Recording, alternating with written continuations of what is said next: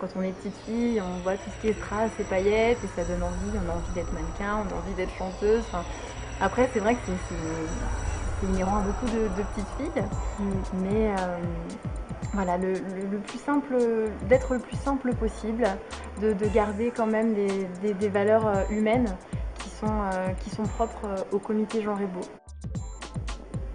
Bonjour Miss France. Bonjour. Donc, je m'appelle Aurélie Le Potier, j'ai 25 ans. J'ai été élue Miss France l'année dernière, en février. Quel conseil pourriez-vous donner donc à une jeune fille qui souhaiterait avoir à peu près le même parcours que vous Oui. concernant l'élection de Miss France? L'élection de Miss France, déjà dans un premier temps, je dirais de rester le plus naturel possible.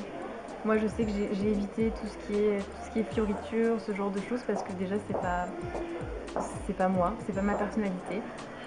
Euh, pour tout vous dire, quand je suis arrivée pour la première fois à l'élection de Miss Aube, les jeunes filles qui concouraient avec moi avec toutes des robes de princesse comme je peux porter aujourd'hui par exemple, ou des chignons, des choses comme ça. Et je me suis dit, mais waouh, où est-ce que je suis tombée? C'est pas moi, c'était pas mon univers. On ne sera pas jugé par exemple sur un critère de taille, parce qu'au comité Genre et Beau, on n'a pas de critère de taille. On vient comme on est, hein, c'est un peu, je veux dire, c'est un peu comme chez McDo, mais bon, ce serait salir un petit peu l'image du comité, mais vous voyez un petit peu où je veux en venir.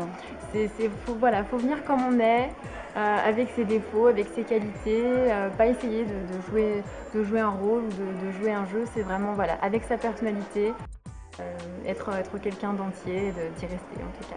Comme dans la vie, il faut rester Mais soi-même. voilà, faut rester soi-même, c'est quelque chose voilà, qui paye toujours. En tout cas, moi, ça a payé pour moi. Voilà, j'étais pas du tout habituée à ce genre de milieu.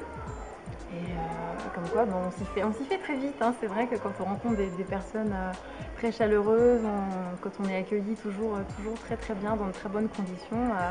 Voilà, et puis les gens sont très reconnaissants aussi. C'est vrai qu'il y a ce côté disponibilité est très très recherché, enfin en tout cas qui est très très prisé dans notre comité, qu'on ne retrouve pas forcément dans d'autres.